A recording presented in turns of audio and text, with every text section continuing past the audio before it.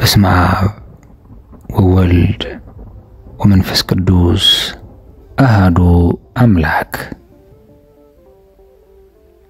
እናንት የኢየሩሳሌም ቆነጃጅት ሆይ እኔ ጥቁር ነኝ ነገር ግን ውብ ነኝ። የሰሎሞን መዝሙር ምዕራፍ 1 ከቁጥር 5። የሰውን ነፍስ በተመለከተ እስኪ እንማማር። የሰው ነፍስ በኃጢአት ውስጥ ስትሆን ጥቁር ነፍስ ናት። በሰዎችም አይን ጥቁር ነፍስ ናት። ነገር ግን ከማንኛውም ኃጢአት በሚያነጻት በኢየሱስ ክርስቶስ ደም ውብ ናት። እርሷ አሁን ጥቁር ነኝ በኋላ ግን ውብ ነኝ ትላለች። በኃጢአት ውስጥ ሆኜ ጥቁር ነኝ፣ በንስሐ ሕይወት ውስጥ ስሆን ግን ውብ ነኝ።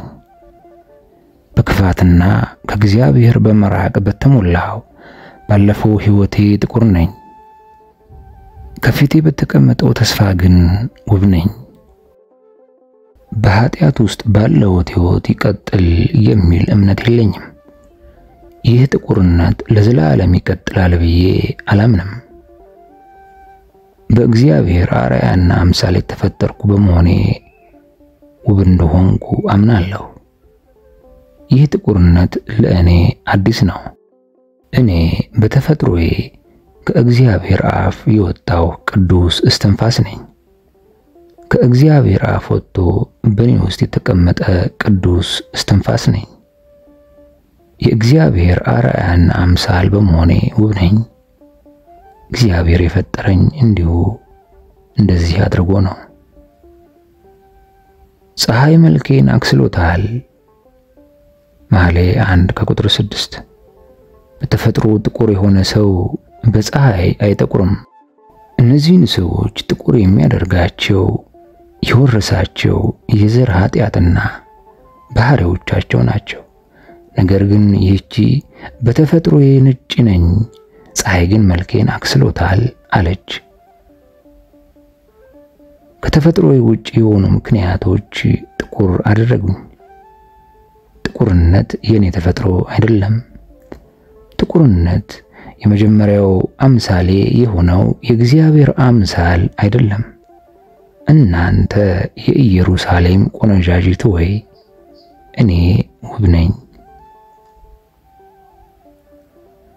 ውብ የሆንኩት እግዚአብሔር የተትረፈረፈ ንጽሕና ስለሚሰጠኝና ንጹሕ ስለመሆን ነው።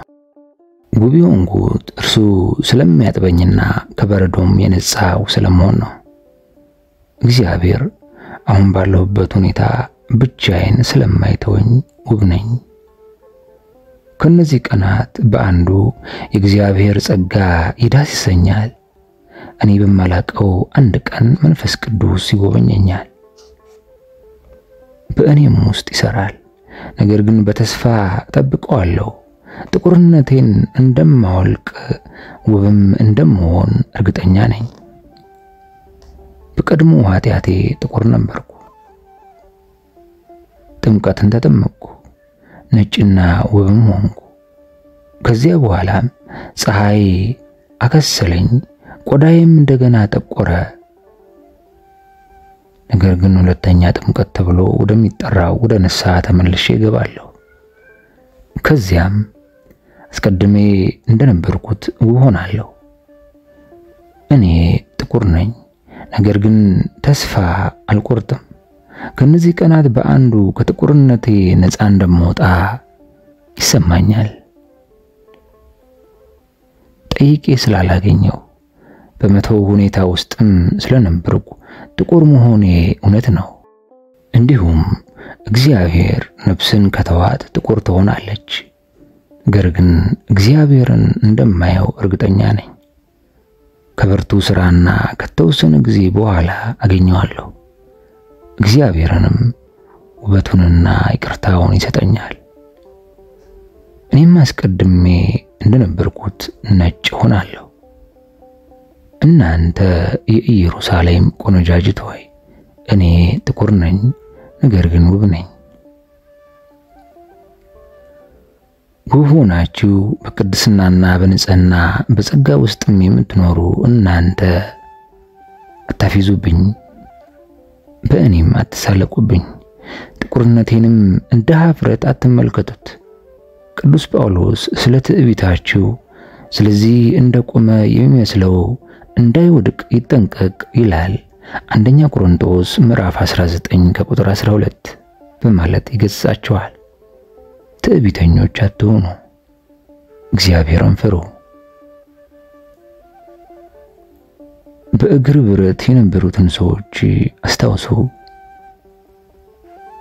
እናንተም እንደነርሱ በእግር ብረት ውስጥ ነበራችሁ። በእነርሱ ሰውነት ከነበራችሁ ክብር የተነፈጋቸውን አስታውሱ። ጥቁርነት በሕይወት ባለ በማንኛውም ሰው ላይ ሊደርስ ይችላል። በፀሐይ ሊጠቁር ይችላል። በማንም ላይ አታፊዙ። ምክንያቱም እናንተ የኢየሩሳሌም ቆነጃጅት ሆይ እኔ ውብ ነኝ። ጥቁር የነበረች እህት አለችኝ፣ እርሷም ውብ ሆነች። እርሷም ምድር ስትሆን በመጀመሪያው ቀን ጥቁር ነበረች። መጽሐፍ ቅዱስ በፍጥረት የመጀመሪያ ቀን ምድር ባዶ ነበረች፣ አንዳችም አልነበረበትም፣ ጨለማም በጥልቁ ላይ ነበር ይላል ዘፍጥረት 1 ከቁጥር 2። ስለዚህ ጨለማ እስከነበረ ድረስ ጥቁረትም ነበረ።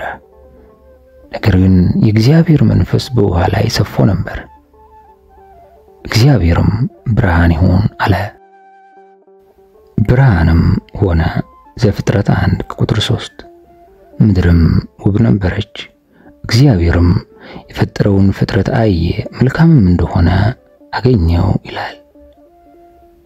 እግዚአብሔር ብርሃን ይሁን የሚልባትን ያችን ቀን እየጠበቁ ነው። እግዚአብሔር ብርሃን ይሁን ሲል እንደሁላችሁም እኔም ውብ የምሆንባትን ያችን ቀን እየጠበቁ ነው። ምድርም ባዶ ነበረች፣ አንዳችም አልነበረባትም፣ ጨለማም በጥልቁ ላይ ነበር። ይህም ተስፋ አያስቆርጥም፣ ፈጽሞ ተስፋ አያስቆርጥም። ምክንያቱም በተስፋ ዓይንና በቅርቡ በሚመጣው ጊዜ ውበትን አሳይቷልና። አሁን ባለሁበት ሁኔታ ውስጥ አልኖርም ወይም በተስፋ መቁረጥ ውስጥ አልዋጥም። በአሁኑ ወቅት ባለኝ ጨለማነት ውስጥ አልኖርም። እየመጣ ባለው ብርሃን ውስጥ ግን እኖራለሁ። በአሁኑ ወቅት ባለው ጥቁርነት ውስጥ አልኖርም። ነገር ግን እግዚአብሔር እስኪያጥበኝ ጠብቃለሁ፣ እኔም ነጭ ሆናለሁ። መጽሐፍ ቅዱስ ከበረዶ ይልቅ የነጻሁ ሆናለሁ ብሎ መግለጹ እንግዳ ነገር ነው። ከበረዶ ይልቅ የነጻሁ የሚለው ሐረግ ለሰዎች መጽናናትንና ተስፋን የሰነቀ ነው። ይህም ንጻት የተለመደው ተራው ንጻት አይደለም፣ ይልቁንም ከበረዶ የላቀ ንጻት ነው። ከበረዶ የላቀ ንጻት፣ ከበረዶ የላቀ ንጽህና ነው። የእግዚአብሔር ጸጋ እንደሚፈልገኝ እርግጠኛ ነኝ። የአማኞች ቤተክርስቲያን እኔ ጥቁር ነኝ ትላለች። በእርግጠኝነትም የዓለምን ኃጢአት በተሸከመው ደሙ ከእያንዳንዱ ኃጢአታችን በሚያነጻን እየመጣ ባለው አዳኛችን እየመጣ ባለው መስዋዕት በጠቦቱ ውብ ነኝ እንዳለች ታምኗል። በጠቦቱ ውብ ነኝ። ነቢዩ ዳዊት እኔ ንጹህ ነኝ ብሏል። ንጹህ ሲል ምን ማለቱ ነው? ስለ ራሱ ንጽህና እየተናገረ ነውን? አይደለም። በሚፈሰው ደም ስለሚመጣው ንጽህና መናገሩ ነው። እግዚአብሔር ነፍስን ሲያጥባት ከበረዶ ይልቅ የነጻች ትሆናለች። እርሱ እንደተናገረው ንጹህ የሆኑት እነርሱ በጸጋው ደስ ይላቸዋል። ይጸጋ እኛን ያነጻናል፣ ይጸጋ እኛን ያጸዳናል፣ እንዲሁም ይቀድሰናል። ስለዚህ እኛ ሁሉንም ጨለማዎች እንረሳለን፣ ከበረዶ ይልቅ የነጻንም እንሆናለን። ከነዚህ ቀናት በአንዱ ጥቁር የነበረች ከዚያም ውብ የሆነች ሌላ እህት አለችኝ። እጅግ የሚያስፈራ ሁኔታ ጥቁር የነበረች። ከዚያም ለእርሷ በተሰጣት በእግዚአብሔር ጸጋ ውብ ሆነች። እናንት የኢየሩሳሌም ቆነጃጅት ሆይ ይህች ማን እንደሆነች ታውቃላችሁን? እርሷ ራሷ የመላዋ የኢየሩሳሌም እናት ናት። ነቢዩ ሕዝቅኤል በምዕራፍ 16 ስለ እርሷ ሲናገር የእግዚአብሔር ቃል የሰው ልጅ ሆይ ለኢየሩሳሌም ርኩሰቷን አስታውቃት ብሎ እንደተናገረ ገልጿል። እግዚአብሔር ምን አለ? በተወለድሽ ጊዜ በዚያው ቀን እትብትሽ አልተቆረጠም። ንጹሕም ትሆኚ ዘንድ በውሃ አልታጠብሽም፣ በጨውም አልተቀባሽም፣ በጨርቅም አልተጠቀለልሽም። በተወለድሽበት ቀን ከሰውነትሽ ጉስቁልና የተነሳ በሜዳ ላይ ተጣልሽ እንጂ ከዚህ አንዳች ይደረግልሽ ዘንድ ዓይን አራራልሽም፣ ማንም አላዘንልሽም። በአንቺም ዘንድ ባለፍኩ ጊዜ በደምሽም ውስጥ ተለውሰው ባየውሽ ጊዜ በደምሽ እንዳለሽ በሕይወት ኑሪ አልኩሽ። አዎን በደምሽ እንዳለሽ በሕይወት ኑሪ አልኩሽ ይላል ሕዝቅኤል 16 ከቁጥር 4 እስከ 6። ከተወሰነ ጊዜ በኋላ ደግሞ እንዲህ ይላል፣ በአንቺ ዘንድ ባለፍኩና ባየውሽ ጊዜ እነሆ ጊዜሽ የፍቅር ጊዜ ነበር። እኔም መጎናጸፊያዬን በላይሽ ዘረጋው፣ ኀፍረተ ሥጋሽንም ከደንኩ፣ ማልኩልሽም፣ ከአንቺም ጋር ቃል ኪዳን ገባሁ ይላል ጌታ እግዚአብሔር። አንቺም ለእኔ ሆንሽ፣ በውሃም አጠብኩሽ፣ ከደምሽም አጠራሁሽ፣ በዘይትም ቀባሁሽ፣ ወርቀ ዘቦም አለበስኩሽ፣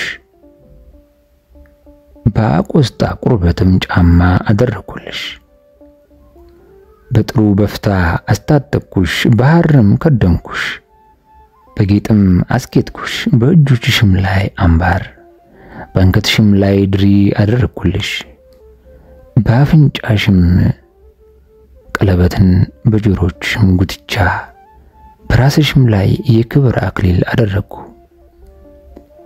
በወርቅና በብር አጌጥሽ፣ ልብስሽም ጥሩ በፍታና ሐር ወርቀ ዘቦም ነበር። አንቺም መልካምን ዱቄትና ማርን ዘይትንም በላሽ፣ እጅግ በጣም ውብ ሆንሽ፣ ለመንግስትም ደረሽ። በአንቺ ላይ ካኖርኩት ከክብሬ የተነሳ ውበትሽ ፍጹም ነበርና ዝናሽ በአሕዛብ መካከል ወጣ ይላል ጌታ እግዚአብሔር። ሕዝቅኤል 16 ከቁጥር 8 እስከ 14።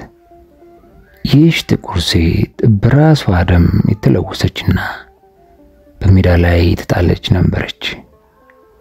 ከዚያም እርሷን እግዚአብሔር ተመለከታት። ያ ጊዜም የፍቅር ጊዜ ነበር። እዚህ ላይ እግዚአብሔር የተናገረው የፍቅር ጊዜ የእግዚአብሔር ፍቅር ነፍስን ሲጎበኝ የሚገልጽበት አይነት ጊዜ ተብሎ ሊጠቀስ ይችላል። ይህ ጊዜ የእግዚአብሔር ፍቅር የሚሰራበት ጊዜ ነው። ይህ ጊዜም የፍቅር ጊዜ ነው። ስለዚህ በውሃም አጠብኩሽ፣ በጥምቀትም አጠብኩሽ፣ በዘይትም አጠራሁሽ፣ ቅብአ ሜሮን በተባለው ቅዱስ ቅባት አጠራሁሽ፣ አንቺም ውብ ሆንሽ፣ ንግሥት ለመሆንም ብቁ ሆንሽ። የአንቺ ውበት የታወቀ ሆነ። ይሁንና ይህ ውበት የተፈጥሮና የወረርሽው ንጽሕና አይደለም። ለምን? እዚህ ላይ አንድ እጅግ ጠቃሚ የሆነ ጥቅስ አለ። እግዚአብሔር ከክብሬ የተነሳ ውበትሽ ፍጹም ነበር፣ ባንቺ ላይ ካኖርኩት ከክብሬ የተነሳ ውበትሽ ፍጹም ነበር ይላል። ባንቺ ላይ ንጹሕነቴን አኖርኩብሽ፣ ውበቴን ሰጠውሽ። ስለዚህ አንቺ ጥቁር ሴት ሆይ እነሆ ውብ ሆንሽ ይላል። ብዙ ነፍሶች በአንድ ወቅት ጥቁር ነበሩ፣ ውብም ሆነዋል። ጻድቁ ሙሴ ጸሊም ነፍሱ ጥቁር ነበረች፣ ውብም ሆናለች። ግብፃዊቷ ቅድስት ማርያም ጥቁር ነበረች፣ ውብ ሆናለች። ሕይወታቸውን በጥቁርነት የጀመሩ ሁሉም ንስሐ እየገቡ ያሉ ቅዱሳን ነፍሶቻቸው ጥቁር ነበሩ፣ ውብም ሆነዋል። ምክንያቱም እግዚአብሔር ንጽሕናውን በእነርሱ ላይ አሳድሯልና። ይሁንና ይህች ነፍስ ውብ ሆንኩ አለች እንጂ እኔ ጥቁር ነኝ አላለችም። እኔ ጥቁር ነኝ ነገር ግን ውብ ነኝ አለች።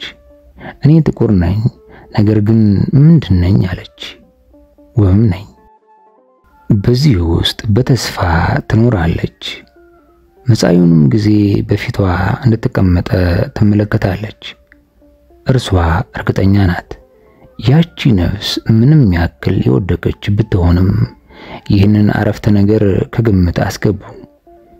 ይህች ነፍስ ምንም ያክል ብትወድቅም ዋጋ ያላትና ለእግዚአብሔር ውድ የሆነች ነፍስ መሆኗን እርግጠኛ ናት።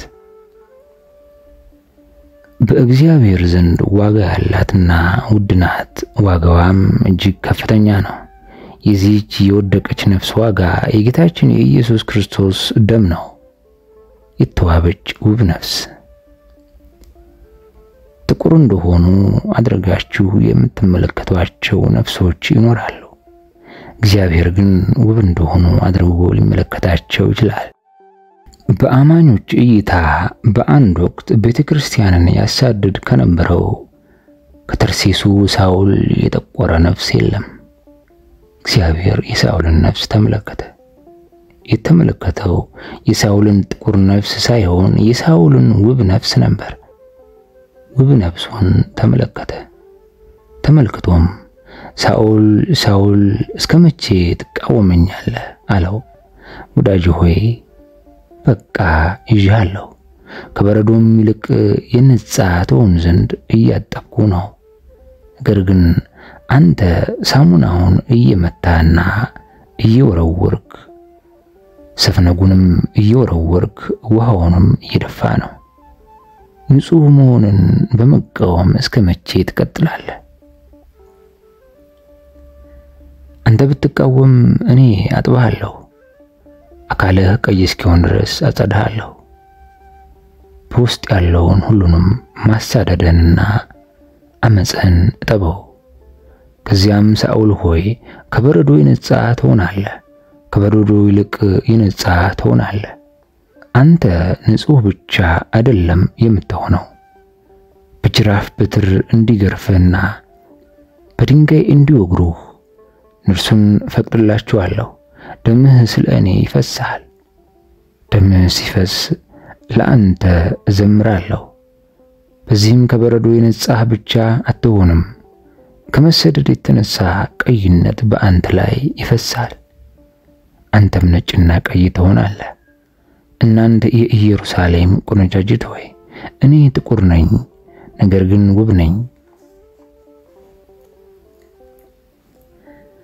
እኔ ጥቁር ነኝ ነገር ግን ተጽዕኖ አልፈራም። እኔ የጠፋሁ ነፍስ መሆኔን አላምንም።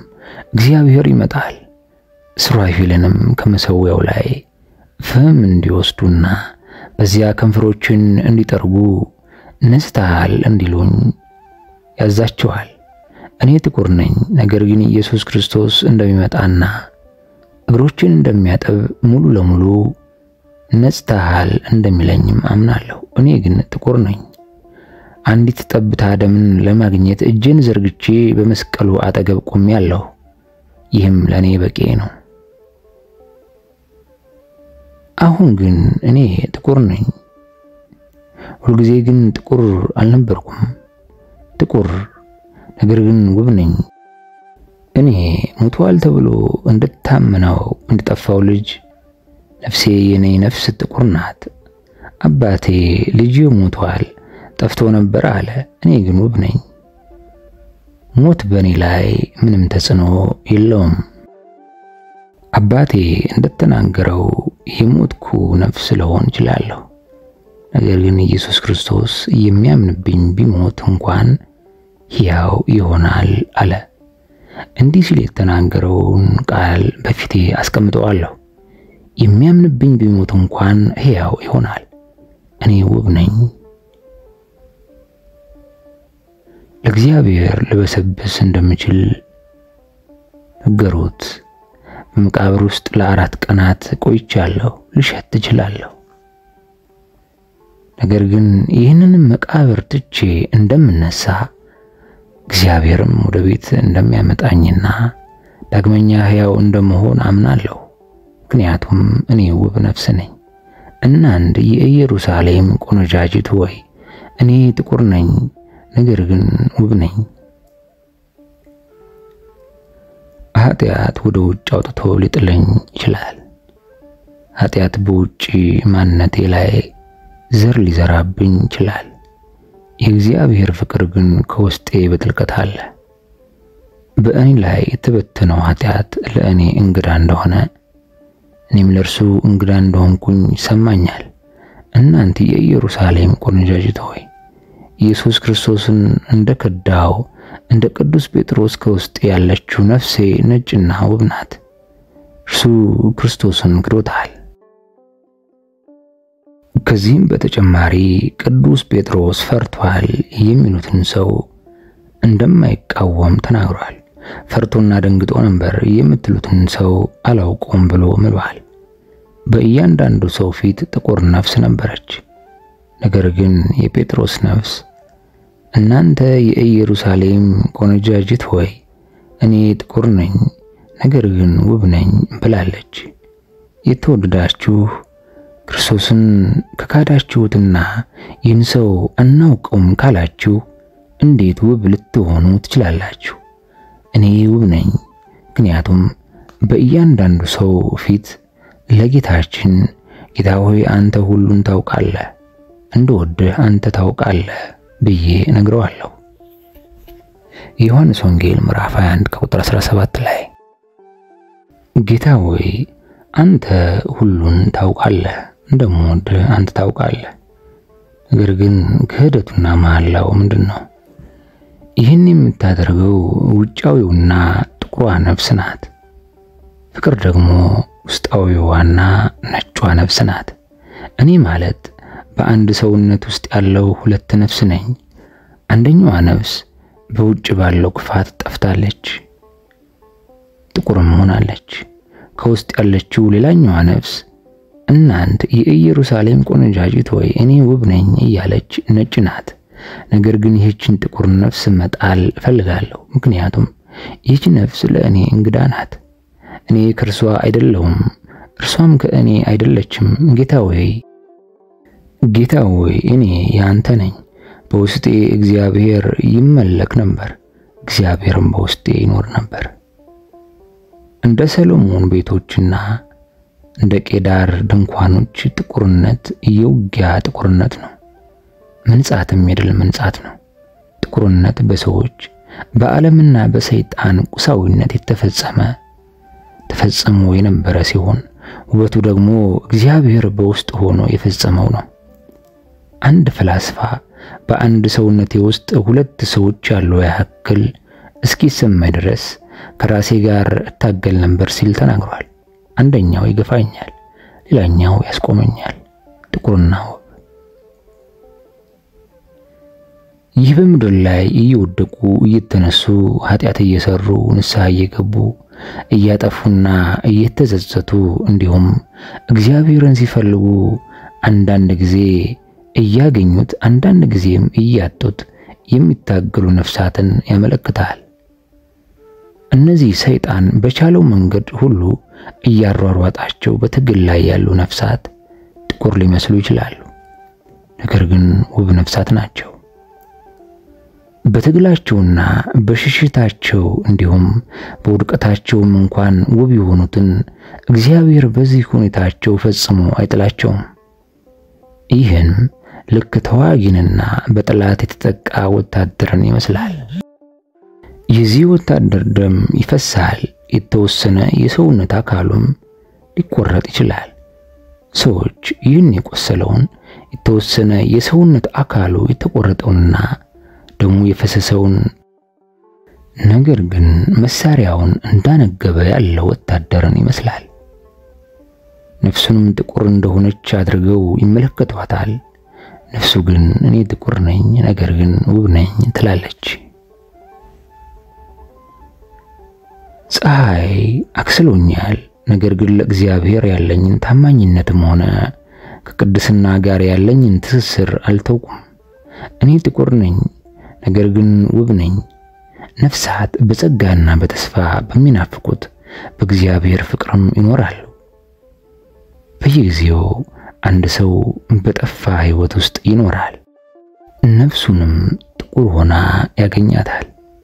ይህ ሰው በእግዚአብሔር ፊት እንደ ኃጢአተኛ ሆኖ በመቆም ድውይ ነኝና አቤቱ ማረኝ፣ አጥንቶቼ ታውከዋልና ፈውሰኝ፣ ነፍሴም እጅግ ታወከች እያለ ያለቅሳል። ይህ ኃጢአተኛ በንስሐ በመሸሽ ዋጋ እንደሌለው በማሰብ እየለመነ በእግዚአብሔር ፊት ይቆማል። የዚህን ሰው ነፍስ የምትጠሯት ጥቁር ነፍስ ብላችሁ ነው ወይንስ ውብ ነፍስ? ከመጽሐፍ ቅዱስ ውስጥ በቤተ መቅደሱ በር ላይ ፈሪሳዊው በሚጸልይበት ወቅት እግዚአብሔር ሆይ እኔን ኃጢአተኛውን ይቅር በለኝ እያለ ይጸልይ የነበረውን የቀራጩን ሰው ለምሳሌ ውሰዱ። ነፍሱ ጥቁር እንደሆነች ተሰምቶታል። ወደ ላይ ቀና ብሎ መመልከት አልቻለም፣ ፈጽሞም አልቻለም። አይኖቹን ወደ ላይ አቅንቶ አልተመለከተም። ወደ ውስጥም ዘልቆ መግባት አልቻለም። በርቀት ሆኖ ቆመ። ነፍሱ ጥቁር ናት፣ ነፍሴ ጥቁር ናት። መዳን እችል ዘንድ እባክህ ይቅር በለኝ፣ ከበረዶ ይልቅ የነጻሁ ሆን ዘንድ እጠበኝ አለ። ፈሪሳዊውም የዚህን ሰው ነፍስ እንደ ጥቁር ነፍስ ተመልክቷታል፣ ጥቁር ነፍስ አድርጎ አይቷታል።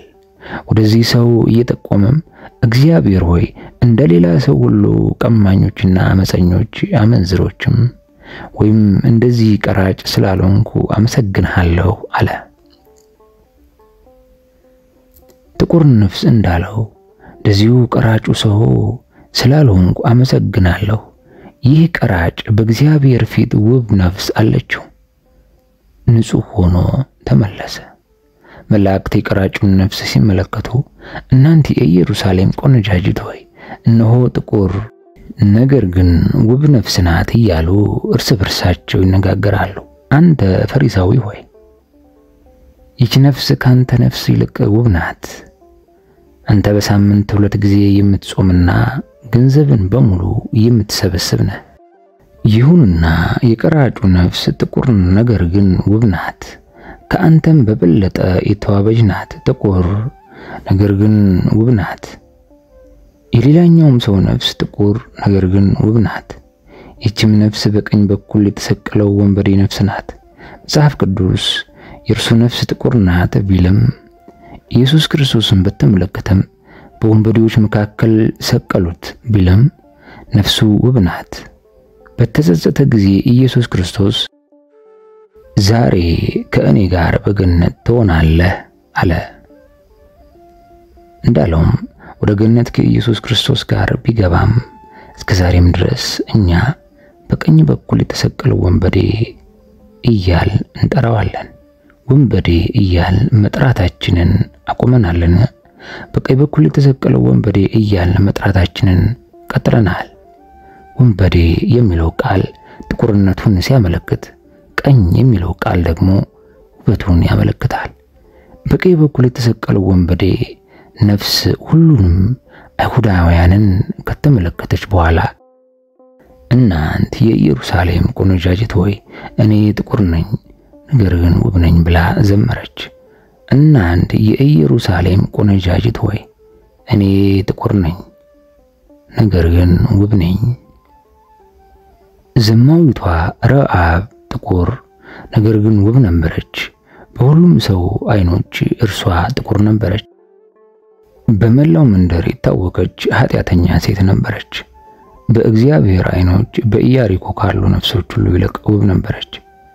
ዘማዊቷ ራኬብ በኢያሪኮ መንደር ካሉት ሰዎች ይልቅ እጅግ ውብ ነበረች። እናንተ የኢየሩሳሌም ቆነጃጅት ሆይ እኔ ጥቁር ነኝ ነገር ግን ውብ ነኝ። ጥቁር ነገር ግን ውብ የሆነች እያንዳንዷ ነፍስ በገጽታ ብቻ አትፍረዱ ትላለች።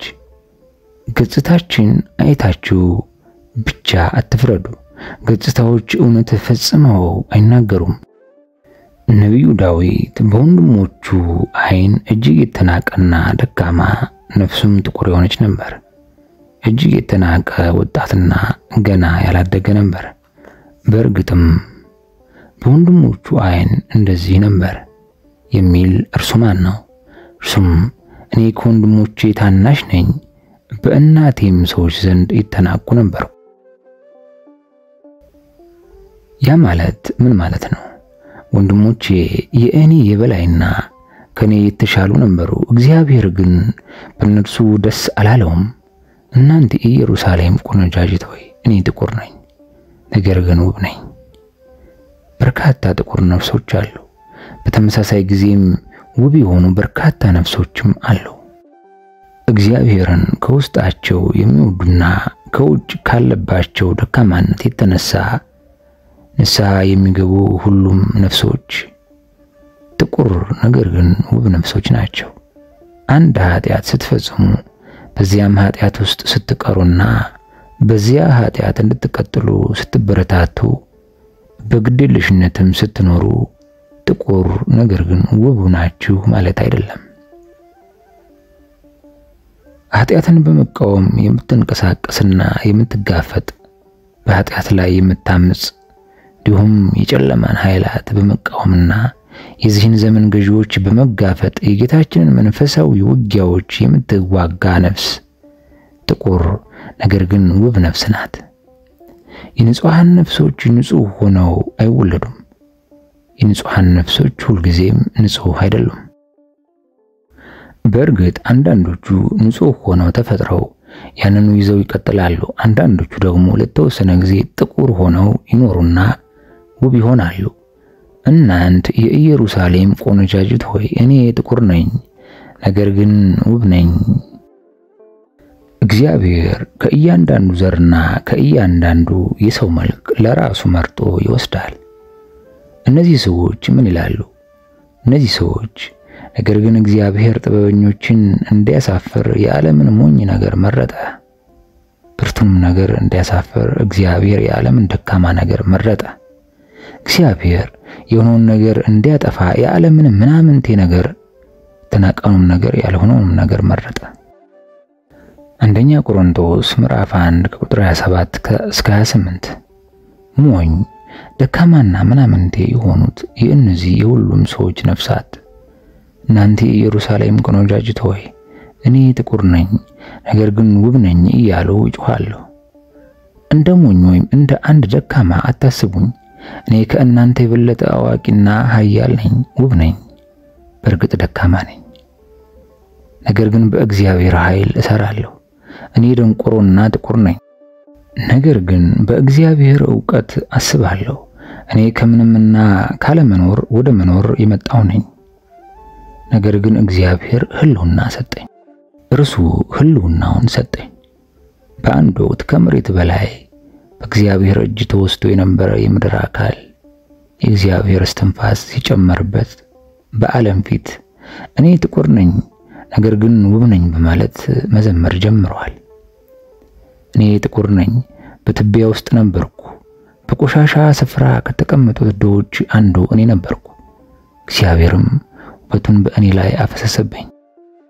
ይህም ሁልጊዜ ይደረግልኛል። እግዚአብሔር ኃይል ባላቸውና በኃይላቸው ለሚታበዩ ፈጽሞ አይሰራም።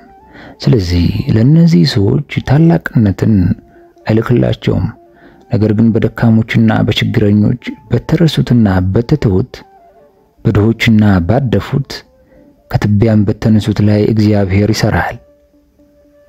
እመቤታችን ድንግል ማርያም ራሷ ምስኪን የሆነች ድሃ ለነበረው አናጺም የታጨች ያህል ተሰምቷታል።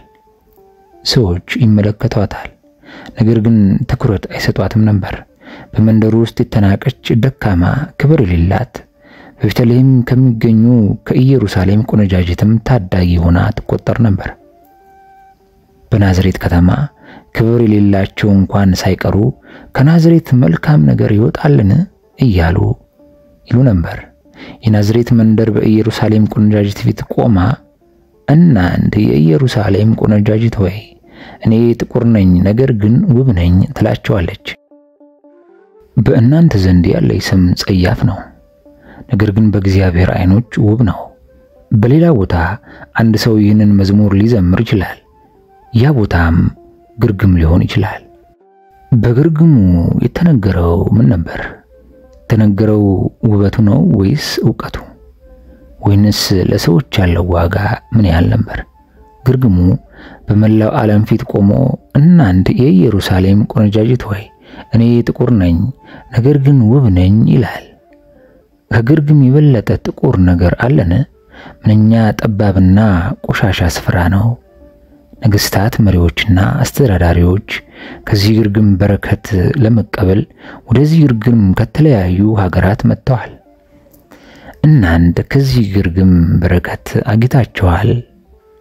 ወደዚህ ስፍራ የመጡት ሁሉ አዎን ይላሉ። ምክንያቱም ግርግሙ እናንተ የኢየሩሳሌም ቆነጃጅት ሆይ እኔ ጥቁር ነኝ ነገር ግን ውብ ነኝ እያለ ይዘምራል። እኔ በሰዎች ዓይኖች ክብር የለኝም፣ በእግዚአብሔር ዓይኖች ፊት ግን ክብር አለኝ። ይህንን የምትለው ይህች አነስተኛ ቦታ ግርግም፣ ናዝሬት፣ ኢየሩሳሌም ምስኪኗ ድንግል ለአናጺው የታጨችው ናት። የሰዎች ፍርድ አንድ ነገር ነው፣ እግዚአብሔር ፍርድ ደግሞ ከዚህ የተለየ ነገር ነው። እዚህ ላይ ቆየንና እስኪ እንጸልይ። እግዚአብሔር ምሕረቱን ልኮ ይባርከን፣ ከፊቱ የሚወጣው የብርሃን ፀዳል ያብራልን፣ ርኅራኄው ይደርብን። የወላዲተ አምላክ የቅድስት ድንግል ማርያም የመላእክትና የሐዋርያት የነቢያት የሰማዕታት የአባቶቻችን ሁልጊዜም ስለ ሰላም የሚጸልዩ የቅዱሳን አባቶቻችን በዚህች በተቀደሰችው ዕለት ታስቦ የሚውለው ቅዱስ በረከት የሁሉም በረከታቸው ጸሎታቸውና አማላጅነታቸው ከሁላችን ጋር ይሁን፣ አሜን። ሰላም ከእናንተ ጋር ይሁን። እግዚአብሔርን አባታችን እንድንል እርሱ የበቃን ያድርገን፣ አሜን።